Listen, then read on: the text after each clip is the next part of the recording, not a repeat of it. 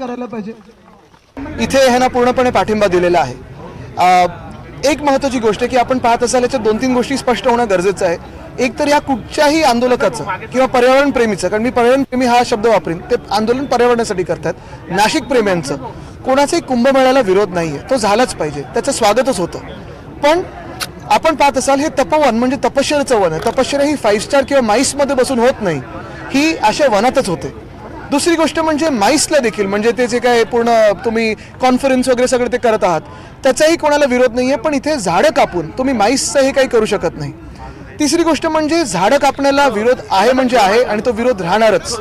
सगळ्यात महत्त्वाची गोष्ट ह्याच्यात हे जे आपण पाहताय, आत आल्या एक सुंदर असं वाटतं की चला शांत आहे, हिरवगार वाटतंय. हे कोणी कापायला आलं तर आम्ही मध्ये उभं. ह्याच्यात ह्या पूर्ण जे वन आहे, तपोवन आहे, ह्याला मुख्यमंत्र्यांनी डीम्ड फॉरेस्ट आत्ता आणि रिझर्व्ह फॉरेस्टचा दर्जा हा देणं गरजेचं आहे आणि तो दिल्याशिवाय आम्ही थांबणार नाही.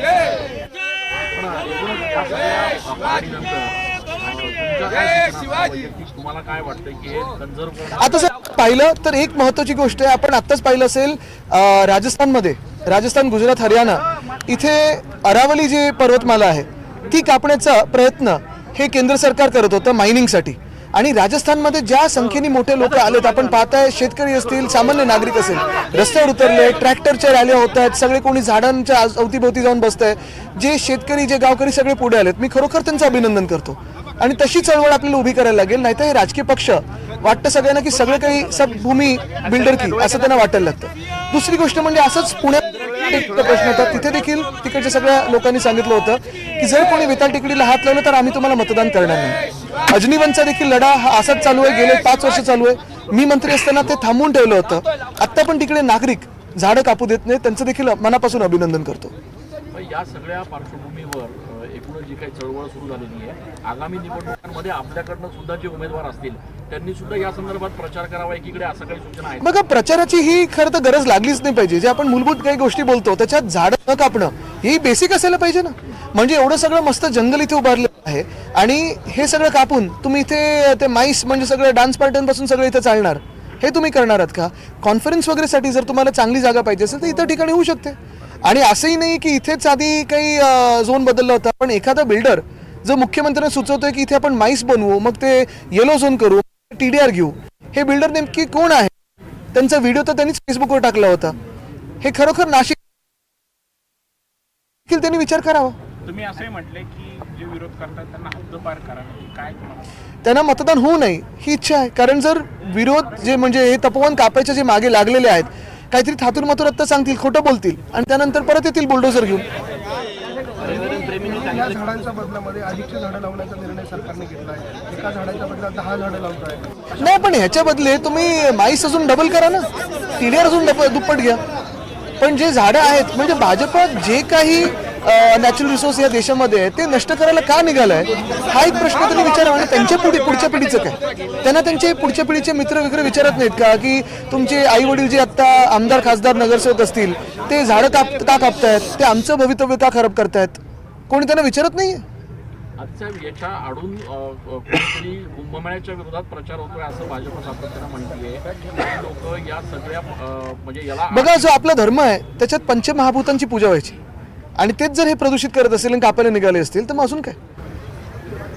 आम्ही जी माझी वसुंधरा म्हणून जी योजना आणली होती ती हीच होती ना, पंचतत्वांची पूजा आणि पंचतत्वांना प्रदूषणपासून मुक्त करायचं. हे पंचतत्वांनाच जर पूर्ण संपवायला निघाले असतील तर मग हे कुठचा धर्म पाळतात? आणि भाजपाचा धर्म हा बिल्डर धर्म आहे. ते कोण बिल्डर आहेत? ते कोणी टाकलेला व्हिडिओ तो सोशल मीडियावर ठक्कर कोण आहेत? ते कोणाचे आहेत? ते कुठून आलेत? ते कोणाच्या जवळचे? त्यांनीच टाकले तो. आणि तेच सुचवत आहेत की एकतर AI आणि TDRचा काय संबंध, त्यांनी तो क्लिप टाकली त्याच्यात मला काही माहिती नाही. AI हे पूर्ण वेगळे आणि TDR हे बिल्डरांसाठी असतं. आणि TDR म्हणजे तुम्ही तपोवन कापून येलो झोन करून तुम्ही बिल्डरांसाठी तुम्ही जर सगळं काही घेत असाल मग लोकांच्या हातात काय मिळणार? इच्छुक उमेदवारांनी सगळ्या इच्छुक उमेदवारांना आणि जे जिंकून येतील ॲफिडेव्हिटच नाही तर हे कर्तव्य आमच्या पक्षामध्ये की कोणी झाडं कापू नये. आपल्याला आठवत असेल आधी देखील इथे तो कुठचा रस्ता तिथे देखील आम्ही नाही ते हायवेचं तर होतं, म्हणजे ते वडाचं झाड होतंच. दुसरं म्हणजे आम्ही अजून एक रस्ता होता तिथे अंजनेरी, आम्ही त्याला परत चेरोपी का अंजनेरी हे पण वाचवलं होतं. हे सगळं आहेच. आता पुन्हा एकदा रोपवे करण्याचा प्रयत्न केला जातो आहे. ब्रह्मगिरी पर्वतावर रोपवे आपण आधी विरोध केलेला होता आपल्या सरकार असताना, आता पुन्हा तो घाट घातला जातो. आता तिथे जर परत कोणी प्रयत्न केला परत ते अंजनेरी तिथे नष्ट करायचा, तर मग श्री हनुमानाचं ताकद काय होती ही आम्ही त्यांना दाखवून देऊ. एक दोन राजकीय विषय असे आहेत. काल छत्रपती संभाजी तरच राजकारण बोलायचं वाटतं ना. आपण जे काही भाषण केलं त्याच्यामुळे अनेकांना आपल्यामध्ये बाळासाहेबांची छवी दिसली. त्या भाषणाचं खूप कौतुक झालं. एकूणच कसं बघताय आपण या सगळ्या नाही नाही, ते त्यांचं मोठेपण आहे की त्यांनी ते तुलना केली.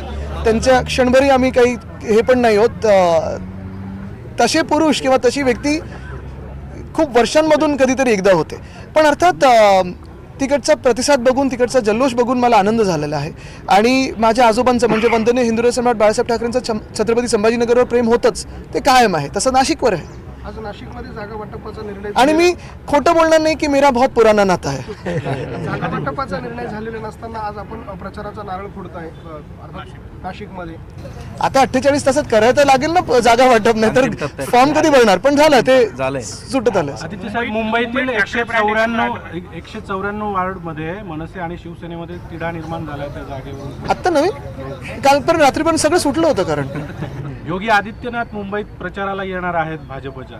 चांगलं आहे, पण त्यांनी हे पण सांगावं की कोविडच्या काळात उत्तर प्रदेशमध्ये जी परिस्थिती होती, जी आपण पाहत होतो शव रस्त्यावर होती, तशीच जाळली जात होती, ते प्रशासन का तसं होतं.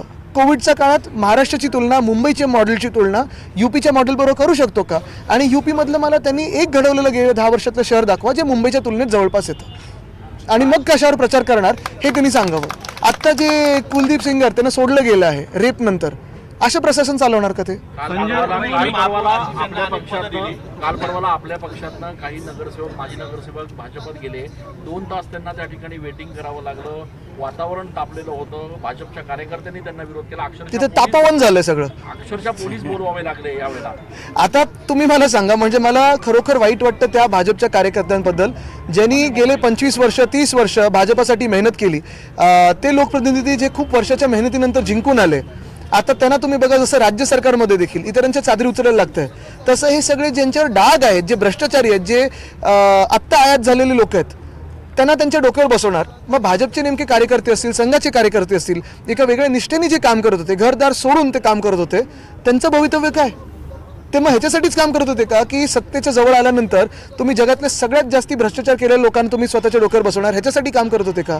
आणि मग भाजपमध्ये हा प्रश्न येतोच ना की मग ह्यांच्यासाठी मतदान करायचं की नोटाला